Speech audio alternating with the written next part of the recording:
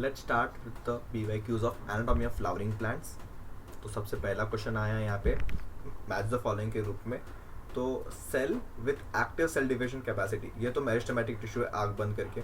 Cell tissue having cell similar in structure and function, ये हो जाएगा सिंपल टिश्यू। फिर tissue having different types of cell, ये हो जाएगा कॉम्प्लेक्स टिश्यू। कॉम्प्लेक्स टिश्यू यहाँ पे दिया नहीं, बट कॉम्प्लेक्स टिश्यू एक होता है वैस्कुलर टिश्यू। कॉम्प्लेक्स टिश्यू का एग्जाम्पल ही वैस्कुलर टिश्यूज है। Dead cells with highly thickenified thickened walls and narrow lumen sclereids. तो आपको इसमें क्या मैच करना है, इधर मैच करना है। तो ए का हो जाएगा 3, ए का हो जाएगा 3, एक ही ऑप्शन दिख रहा है क्या? ए का हो जाएगा 3, नहीं सर ए का 3 नहीं, ए का 2 होगा, सॉरी ए का 2, बी का हो जाएगा 4, सी का हो जाएगा 1 एंड डी का 3। तो सेकंड ऑप्शन इज करेक्ट हो भैया। Regeneration of the damaged growing parts by grazing is largely due to intercalary meristem। ये आपको एनसीईआरटी में लाइन दिया है और ये आपको याद भी रखना है। ओके, इंटरकैलरी मेरिस्टम्स होते हैं, मतलब जो हर्बीवोर्स खा लेते हैं ऊपर के पार्ट ग्रास का, तो उसको रीजनरेट करने का काम कौन करता है? Intercalary meristem. इंपॉर्टेंट है, very important. Phloem in gymnosperm lacks albuminous cells और सीव सेल्स, ये तो होता है उनमें। क्या लैक करते हैं? Sieve tubes and companion cells. इन दोनों की जगह पे सीव ट्यूब्स और कंपेनियन सेल्स इनमें एब्सेंट होते हैं। इनके जगह पे जो फर्स्ट ऑप्शन में दिया ना, एल्बुमिनस सेल्स और सीव सेल्स, ये प्रेजेंट होते हैं। और फ्लोएम में तो ये जिम्नोस्पर्म के फ्लोएम में तो ये दो लैक करते हैं, और जाइलम में ऑफ जिम्नोस्पर्म के जाइलम में वेसल्स लैक करेंगे, अगर पूछ लिया कभी तो। Okay, next, root hairs from the region of, root hairs develop in the region from, कौन से रीजन से डेवलप होते हैं root hairs develop from the region of maturation. तो फोर्थ का हो जाएगा D. Okay, next is transmission tissue is a characteristic feature of a solid style. Solid style रहेगा तो उसका ट्रांसमिशन टिश्यू बनता है, बट ये हमारे इसमें है नहीं, तो ठीक है। In a ring girdled plant root die first, root and root दोनों साथ में मरते हैं। Neither of them die, shoot dies. Neither कैसे नहीं मरेंगे? गर्डलिंग एक्सपेरिमेंट का मतलब क्या था? देखो ये है, इसके अंदर वेरियस टिश्यूज रहेंगे, हम लोग ने इस हद तक कुछ उसको काट दिया। कैसे काट दिया? इसको बीच में से ऐसा ओपन कर दिया फॉर सम लेवल। बीच का मेन लेवल रहा, बाहर से ऐसा कुछ एक बैंड निकाल दिया हम लोग ने, ऐसा जो सर्कुलर बैंड था वो निकाल दिया। तो उसकी वजह से क्या हुआ, जो बाहर हमें पता है, बाहर जो बार्क बोलते हैं हम लोग, bark is a non technical term, उस जो बार्क बोलते हैं उसे, उसमें क्या आ गया आपका? फ्लोएम आ गया। तो सेकेंडरी फ्लोएम भी कट के निकल गया, फ्लोएम सेकेंडरी फ्लोएम। तो फ्लोएम चला गया तो फूड पहुंचेगा नहीं रूट्स तक, तो रूट्स पहले मर जाएंगे। First root will die first, उसके बाद शूट मरेगा। Shoot will not die first, क्योंकि शूट के पास तो खाना है ना खुद का। शूट क्या अपर पार्ट हो गया, शूट उसके पास अपना खाना है। रूट के पास खाना नहीं पहुंचा, मर जाएगा। फिर जब भी रूट एब्जॉर्ब करके वाटर भेजेगा, वाटर यहाँ से भेजेगा, तो वाटर तो पहुंच जाएगा, बट जाइलम को अंदर बीच में रहता है। Xylem is the main middle central में पार्ट रहता है, तो जाइलम पहुंच जाएगा यहाँ पे। तो जाइलम, शूट को कुछ दिक्कत नहीं होगी, पर रूट मर जाएगा क्योंकि उसको खाना नहीं मिल रहा। तो ये एक्सपेरिमेंट इसलिए किया था, गर्डलिंग एक्सपेरिमेंट इसलिए किया था, ताकि हमें पता चल जाए कि कौन सा कंडक्टिंग एलिमेंट पास करता है फूड, जाइलम करता है कि फ्लोएम करता है। तो फ्लोएम करता है, ये इससे प्रूव हुआ था। Okay, tracheids differ from outer tracheary elements in having a Casparian strip imperforated lacking nucleus lignified. It is been imperforated in nature. Meristematic tissue responsible for increase in growth of the tree is lateral meristem. मतलब एकदम direct questions आ रहे हैं इसमें से। Lateral meristem is a meristem required for the growth, मतलब secondary growth के लिए। Okay, companion cells are closely associated with sieve elements. Companion cells are closely associated with sieve elements, क्योंकि सीव एलिमेंट्स के पास ना ही न्यूक्लियस है। तो nucleus नहीं है तो लिविंग है क्या? हाँ, लिविंग सेल्स है, क्योंकि इनका फंक्शन जो कंट्रोल करता है कंपेनियन सेल। कंपेनियन सेल का न्यूक्लियस अपना सेल को तो संभालता है, बट बाजू वाले सेल को, अपने सीव सेल को भी। ये कुछ ऐसा बन जाता है, ये सीव एलिमेंट है, उसके बाजू में कंपेनियन सेल ऐसा चिपका हुआ रहता है। यही इसका फंक्शन कंट्रोल करता है, और इसके अंदर का प्रेशर ग्रेडियंट भी यही कंट्रोल करता है। तो इसका sieve companion cell is closely associated with sieve elements. Next, function of companion cell. Function क्या है कंपेनियन सेल का? Provide energy to sieve elements for tracted transport, provide water to phloem, ये तो जाइलम का काम हो गया। Load of sucrose into the sieve elements, passive transport, loading of sucrose into the sieve elements.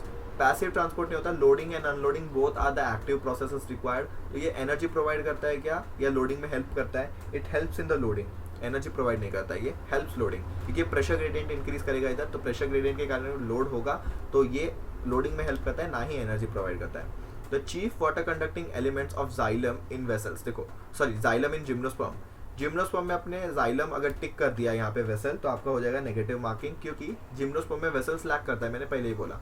Transfusion tissue नहीं, fibres नहीं, it is tracheids, क्योंकि हमारे एंजियोस्पर्म में ट्रेकिड्स और vessel are the two main conducting elements. इनमें vessels नहीं है तो कौन मेजर काम करेगा? ट्रेकिड्स काम करेगा। Which of the following is not lateral meristem? Lateral meristem का एग्जांपल कौन नहीं है? Intrafascicular cambium, interfascicular cambium, phellogen and intercalary meristem. Intercalary meristem तो कुछ अलग ही चीज़ है। इंटरकैलरी मेरिस्टम हम लोग ने ऊपर पढ़ा था। Intercalary meristem is due to ये रीजेनरेट करता है parts which is eaten by herbivores. ये सब लेटरल मेरिस्टम के काम हो गए, क्योंकि ये सब के काम की वजह से ही अपना गर्थ बढ़ता है। इंटरफैसिकुलर, इंट्राफैसिकुलर, फेलोजन, ये सब काम करेंगे तो अपना गर्थ बढ़ेगा। तो ये हो गए लेटरल मेरिस्टम के examples. Reduction in the vascular tissue, mechanical tissue and cuticle is a characteristic of. Reduction in vascular tissue, mechanical tissue and cuticle is example of. ये किसका एग्जाम्पल है आपका? It is example of hydrophytes, क्योंकि hydrophytes में vascular tissue तो चाहिए नहीं, क्योंकि वो पानी में ही है सबमर्ज्ड। वो तो वैस्कुलर टिश्यू उसमें कंडक्टिंग थोड़ी ना चाहिए, पूरा पानी में सबमर्ज्ड है प्लांट, तो किधर से भी ऑब्जॉर्व कर ले वाटर। इसमें मैकेनिकल टिश्यू भी कम रहता है, क्यूटिकल भी नहीं चाहिए, क्योंकि क्यूटिकल क्यों रहता है? For reducing transpiration, transpiration reduce करने के लिए। तो अगर वो वाटर में है तो ट्रांसपिरेशन वैसे भी कम ही होने वाला है। तो क्योंकि बाहर, क्योंकि उसके एनवायरनमेंट में पूरा वाटर है और हमारे बाहर के एनवायरनमेंट में पूरा एयर है, एयर में वाटर का क्वांटिटी कम है, तो इधर लो प्रेशर और प्लांट में हाई प्रेशर, तो ऐसे वाटर ट्रांसपेयर होता है। बट बाहर ही O2 ज़्यादा है तो इधर ट्रांसपिरेशन भी नहीं होगा। तो यहाँ से ये सब फीचर्स आपको देखने मिलेगा हाइड्रोफाइट्स में। The length of different internodes in a clump of a sugarcane is variable because of shoot apical meristem, possible position of axillary bud, size of leaf lamella and node below this, intercalary meristem. The length is differed to due to intercalary meristem. The length of each node, अलग अलग node रहता है। ये sugar cane की डंडी रहेगी तो एक बड़ा एक छोटा रहेगा because of this। ये हमारे सिलेबस में नहीं है फिर भी। Passage cells are the thin walled cells found in phloem elements that serve as an entry point for the substance and transport. Testa of seed, फिर और क्या central region of style which is this endodermis of roots facilitating rapid transfer of the cortex to pericycle. इसका सबसे best answer क्या हो जाएगा? इसका सबसे बेस्ट आंसर होगा डी, एंडोडर्मिस, क्योंकि पैसेज सेल वाटर की कंडक्शन में पास होता है। वो पैसेज सेल वाटर की कंडक्शन में पास होता है, यूज होता है। तो फ्लोएम में नहीं आएगा, टेस्टा ऑफ सीड में नहीं है, central thick ovary, pollen tube, ये सब कुछ भी नहीं आएगा, रिलेटेड ही नहीं है इससे कुछ। फिर भी आउट ऑफ है तो फिर भी ठीक है। A common structural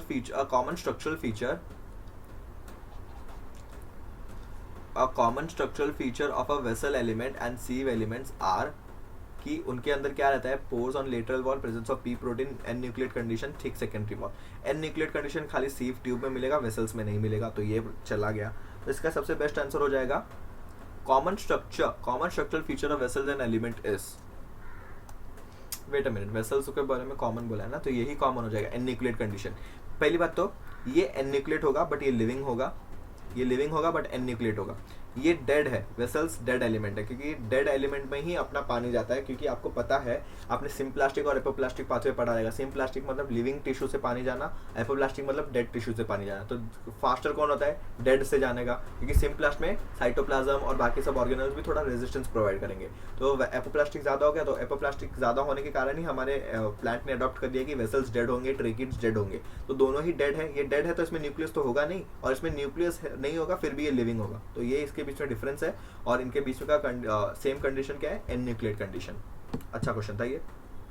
next is a woody dicotyledonous tree which of the following will main consist of primary tissue? Which part will consist of main primary tissue? Woody है, डाइकोटिलिडनस ट्री है। All part कैसे होगा? बाहर woody दिख रहा है तो वो प्राइमरी थोड़ी ना है। स्टेम और root, flowers, fruit, leaves, shoot tips and root tips. तो shoot tips and root tips will be the primary, बाकी सब आपका मॉडिफाइड रहेगा। ओके, पूरा का पूरा स्टेम नहीं रहेगा। स्टेम तो पूरा आ गया ना, मतलब उसमें तो बाहर आपको दिख रहा है वुडी, तो वो तो सेकेंडरी हो जाएगा। फ्लावर, फ्रूट, लीव्स ये सब भी नहीं होंगे। Shoot tip and root tip are the primary meristems in this. In a longitudinal section of a root, starting from the tip upward, the 4 zones according to the following order. Root cap से चालू करे हो तो root cap के बाद क्या आएगा? Cell division वाला phase, cell enlargement, cell maturation. तो 18 का ए ही राइट हो जाएगा। Cells of the quiescent center are characterized by dividing regularly, having dense cytoplasm, prominent nucleus, having light cytoplasm and small nucleus, dividing regularly to add up the corpus। इसका answer हो जाएगा having light cytoplasm and small nucleus, but ये हमारे इसमें है नहीं। quiescent center ये हमें पता ही नहीं कुछ। The apical meristem of the root is present in all the roots फिर only roots, in tap roots, in all adventitious root. तो ये कहाँ प्रेजेंट होगा? इन ऑल द रूट्स, क्योंकि सारे रूट्स के अपाइकल में होना ही चाहिए अपाइकल, तो ग्रो करेगा, नहीं तो ग्रो ही नहीं करेगा। Collenchyma is known as to develop in chlorenchyma,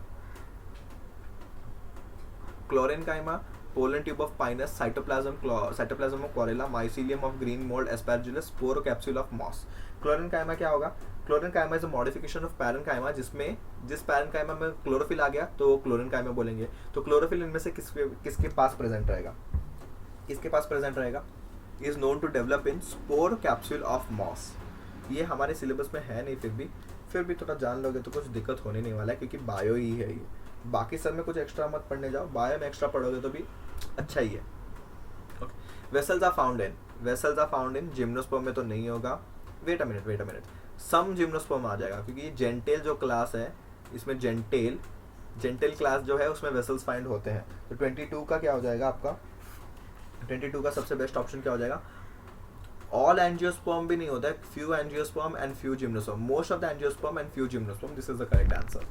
okay, axillary bud and terminal bud are derive from the activity of. Axillary bud मतलब आपका प्लांट ग्रो कर रहा है, तो ग्रोथ करते करते वो यहाँ पे कुछ बर्ड छोड़ के जाएगा, कुछ मास ऑफ एक्टिवली डिवाइडिंग कर ये टिश्यू, बाद में ये ब्रांचेस भी बनेंगे, लेटरल ब्रांचेस। ये एक्सिलरी बर्ड और टर्मिनल बर्ड, ये तो टर्मिनल बर्ड रहेगा ही, as derived from the activity of lateral intercalary apical, this is due to the apical meristem, deposit होते जाते हैं थोड़ा थोड़ा।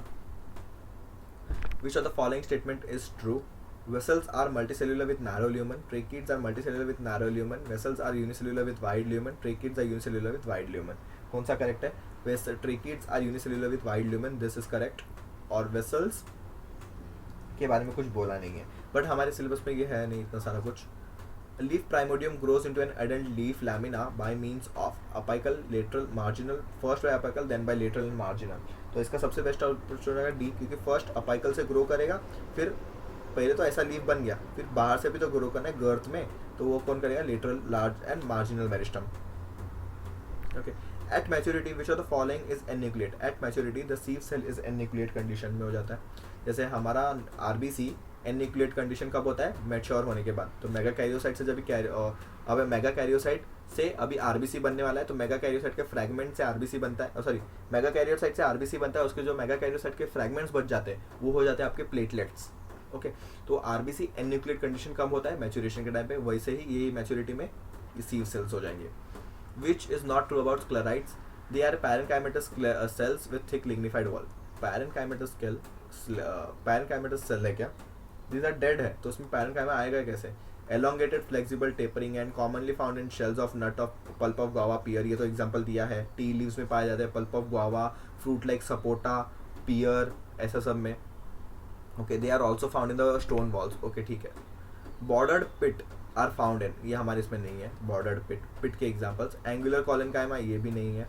Next, an organised and differentiated cell structure having cytoplasm but no nucleus is sieve tubes. आग बंद करके यही लिखना है आपको। सबसे पहला ऑप्शन आपका सीव ट्यूब जाएगा। Okay, having cytoplasm and cellular structure, vessels में होगा क्या? इसमें न्यूक्लियस तो नहीं है, बट इसमें बाकी सब भी तो नहीं है, क्योंकि डेड है तो सब मर गया इसमें। Collenchyma occurs in herbaceous climbers, climbing stem, woody climbers, water plants. किसमें आपको मिलेगा? कॉलनकाइमा मिलेगा आपको क्लाइंबिंग स्टेम्स में। ओके, नेक्स्ट पे आ जाते हैं। For union between stalk and scion in grafting, which one should first occur? Formation of callus, production of plasmodesmata, differentiation of new vascular tissue and regeneration of cortex and epidermis। इसका हमें है नहीं, फिर भी formation of callus होना चाहिए पहले, कि हम लोग स्टॉक और स्कियन लगा दिया आपस में, फिर इसको हम लोग बांध के उसके अंदर थोड़े से हम लोग हार्मोन्स वाले मिक्सचर डाल देते हैं, तो ये ताकि जॉइंट होके जुड़ जाए।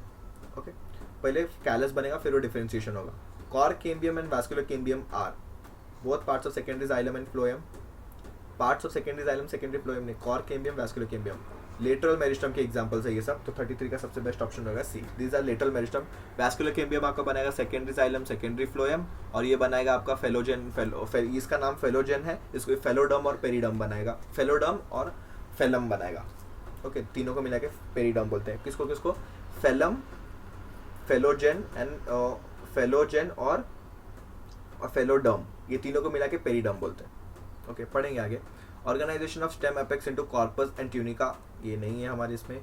Sieve tubes are suited for translocation of food because they possess bordered pit, no end walls. फिर broader tube and lumens perforated cross wall, no protoplast. किसके वजह से ये होता है? क्योंकि ये ब्रॉडर ल्यूमेन है एंड परफोरेटेड क्रॉस वॉल्स है, इसीलिए. ओके, ट्यूनिका कॉर्पस थ्योरी गलत, मतलब है नहीं है. Which meristem helps in increasing girth? Lateral meristem, अब कितने बार बोल चुके हम लोग. फिर which one yields fibre? Fibre किस में से मिलता है? कोकोनट में मिलता है, हमें पता है. ये हम लोग ने मॉर्फोलॉजी में भी देखा था, इधर भी देख लिया. कोकोनट के भी मीजोकार्प से मिलता है, ये पता रहना चाहिए आपको. 2022 का statement wise question. In roots xylem phloem in a vascular bundle are arranged in an alternate manner along the radii. Roots में रेडियल आता है, ये पता है हमें, ट्रू है. Conjoint closed vascular bundle do not possess cambium. Closed है तो कैम्बियम नहीं रहेगा, ये भी ट्रू है. In open vascular bundle cambium is present in between xylem and phloem, ये भी ट्रू है. The vascular bundles of dicot possess stem in endarch condition. Stem में कंडीशन को होता रहता है एंडार्च. देखो एंडार्च का मतलब क्या रहता है? प्रोटोजाइलम अंदर, मेटाजाइलम बाहर, तो इसको बोलते हैं एंडार्च कंडीशन, इसको बोलते हैं एंडार्च. तो एंडार्च आपको देखने मिलेगा स्टेम के केस में, करेक्ट है. एंडार्च प्रोटोजाइलम बराबर है. In monocot root usually there are more than 6 xylem bundles present. Okay, ये भी करेक्ट है. तो सारे के सारे करेक्ट है, बट इसका एक कंट्रोवर्सी था इस केस इसमें कि आपको क्वेश्चन में कौन सा भी एक भी ऑप्शन नहीं है जो जिसमें सारे के सारे करेक्ट हो, क्योंकि सारे के सारे ऑप्शन करेक्ट है. तो आपका सबसे बेस्ट एनटीए ने इसका आंसर क्या दिया था, और ये 39 है. एनटीए ने इसका आंसर क्या दिया था आपको, देखो यहाँ पे इन लोग ने भी आंसर स्टार मार्क करके लिखा है. All the statements are correct, all the statements are correct, all the statements are correct. इन लोग ने भी स्टार मार्क करके लिखा है क्योंकि सब स्टेटमेंट करेक्ट है ही, हमें भी पता है. तो एनटीए ने इसका answer I think so B या सी में से कोई तो एक दिया था. ओके, बी या सी में से कोई तो एक दिया था इन लोग ने, एनटीए ने, क्योंकि बी और सी में देखो 1 2 5 तो ठीक है, 3 और 4 के बीच में इन लोग ने दिया था. बट एनटीए तो पागल है, एनटीए को कुछ पता ही नहीं है. अगर इसको बोनस में भी, जब ये बोनस में काउंट किया रहेगा तो आपको मार्क्स बढ़ा रहेगा 2022 में. ओके, बट एनटीए ने जब आंसर की दिया तभी आपका मार्क्स कम हुआ रहेगा. तो ऐसा हुआ था पिछले साल 2022 में. और इसके वजह से क्या हुआ था, एनटीए फिर वापस एक आया था ना कि आप चैलेंज कर सकते हो अपने आंसर्स को. चैलेंज करोगे तो भी कुछ नहीं होगा, क्योंकि एनटीए ने ठान लिया है, एनटीए ने बोल दिया ये बी है तो बी ही है, बस एनटीए के ऊपर. इसीलिए नसीब रहना चाहिए आपका वैसे. Which of the following facilitates opening of stomatal aperture? Stomatal aperture खोलने में कौन मदद करता है? Radial orientation of cellulose microfibrils in cell walls of guard cells. तो 40 का बी हो जाएगा ना, 40 का बी हो जाएगा, बहुत ईजी है. लॉन्जिट्यूडनली नहीं रहता है, रेडियली ओरिएंटेशन होता है. Vascular bundles in monocot are considered closed because उसमें cambium is absent. Okay, which of the following statement is not true for the stomatal apparatus? Stomatal apparatus किसका बना रहता है? Stomatal apparatus is made of inner wall of guard cell is thick, correct है. Guard cells are invariably possess chloroplast and mitochondria, correct है. Guard cells are always surrounded by subsidiary cells, हो सकता है. Stomata are involved in gaseous exchange, ये होगा. तो always surrounded bye ये वाला थोड़ा गलत हो जाएगा. ओके, ये वाला थोड़ा गलत हो जाएगा क्योंकि उसके नीचे जो गैशियस एक्सचेंज वाला दिया वो तो इंपॉर्टेंट है. ये हो गया 43 क्वेश्चन, ये 44, ये हो गया 45 और ये हो गया 46. ठीक है. Closed vascular bundle lakhs. Closed vascular bundle में क्या नहीं होगा? कैम्बियम एब्सेंट होगा तो क्लोज्ड होगा, रहेगा तो ओपन होगा. Ground tissue system includes all the tissue external to endodermis, all tissue except epidermis और वैस्कुलर टिश्यू को हटा के जो भी बचा बीच में ग्राउंड टिश्यू आ जाएगा. तो 44 का हो जाएगा B. Next is in land plants the guard cell differ from the other epidermal cells in having. Guard cell के पास क्लोरोप्लास्ट रहता है, बाकी कौन से सेल के पास क्लोरोप्लास्ट नहीं रहता है, ये बहुत इंपॉर्टेंट है. 45 का D. Okay. Some vascular bundles are described as open because they are surrounded by pericycle on both sides. नहीं, they are capable of secondary xylem and secondary phloem. Yes, इन लोग ने अभी कैम्बियम प्रेजेंट एब्सेंट ना बोल के ये बोल दिया कि उन लोग सेकेंडरी जाइलम सेकेंडरी फ्लोएम बना सकते हैं. तो 46 का बी आ जाएगा यहाँ पे. कहाँ गए? अच्छा, vascular tissue in flowering plants develop from phellogen, periblem, plerome, dermatogen. अभी इन लोग ने दूसरा नाम दे दिया, फेलोरम बोलते हैं. वैस्कुलर कैम्बियम को वैस्कुलर टिश्यू फेलोरम से डेवलप होता है, बट ये हमारे सिलेबस में है नहीं. What will happen during vascularization in plant? Differentiation of procambium into immediately followed by development of secondary xylem and secondary phloem. Vascularization होने वाला है, तो क्या होगा देखते हैं. Differentiation of procambium followed by development of xylem and phloem. The differentiation of procambium, xylem and phloem are simultaneously procambium second followed by secondary xylem and secondary phloem. Procambium बना तो डिफरेंशिएशन होगा 48 का बी, बट ये हमारे इसमें है नहीं तो ठीक है.